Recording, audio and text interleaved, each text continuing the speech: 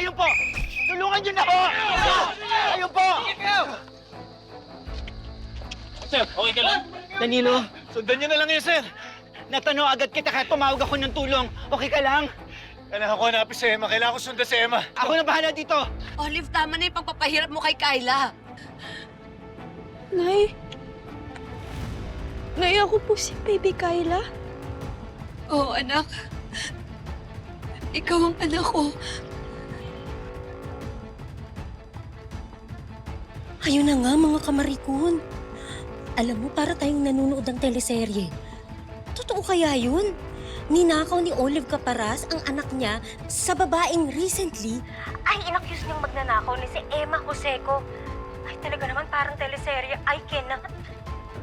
Nako lang naman Olive yung anak niya. Totoo ba to? Hindi totoo yan.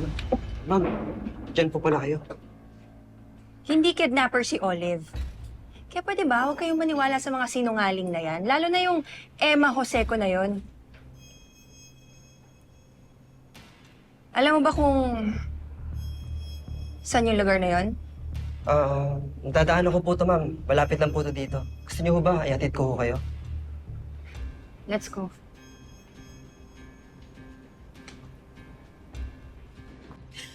Buong akala ko patay ka na. Pero hindi. Ninakaw ka lang ng babaeng yan sa akin.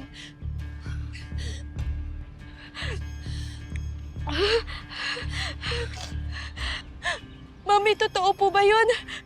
Totoo po ba yung sinasabi ni Nanay? No! Totoo po ba yun? No! Muki, maniwala ka sa akin. Nagsisinungaling yung babaeng yan! Ako! Ako ang nanay mo! Ako, look at me! I'm your mom! Sinungaling!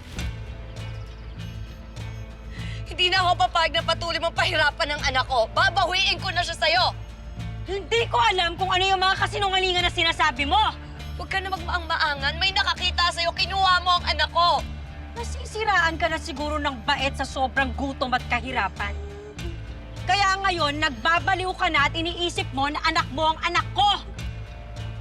Sa atin dalawa, ikaw ang may sakit sa pag-iisip. At nagpapasalamat ako na hindi mo totoong anak si Kyla. Dahil hindi siya mahahawa sa'yo. Anak ko si Mookie! May balat ka sa likod ng kaliwang hita mo, Mookie. Kahit saglit ko lang nakasama si Baby Kyla, hindi ko makakalimutan yon. Kaya walang duda, ikaw ang anak ko.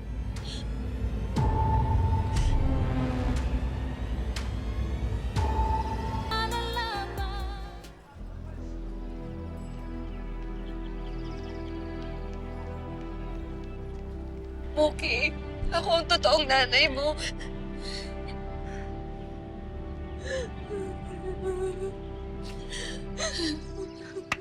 Napakahusay! Best actress ka na, Miss Emma Joseco. 17 taon kang nagpanggap na ina ni Mookie.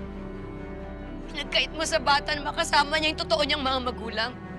At ang masakit pa doon, ginawa mong miserable yung buhay ng anak ko. No!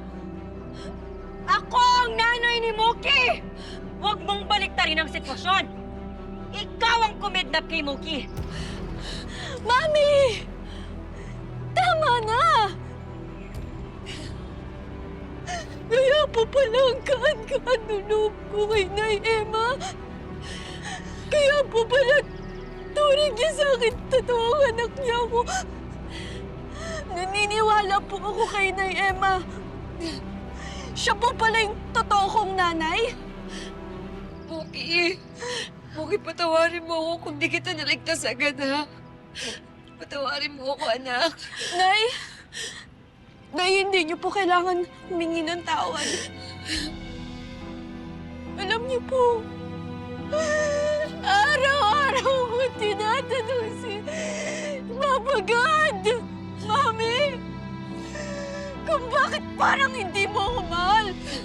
Yun po pala, hindi niyo po ako totoong anak. Hindi niyo ako totoong anak, Mami. Bakit po kayo ganyan? Bakit niyo po ako sinasaktan? Kinuha niyo lang po pala ako. Ang sama-sama niyo po.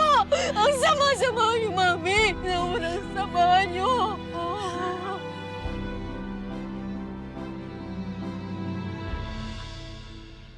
Danilo! Nay! Ano ka ba? Bilisan mo! Si Emma! Dito daan! Tara, tara! Handaan lang ho.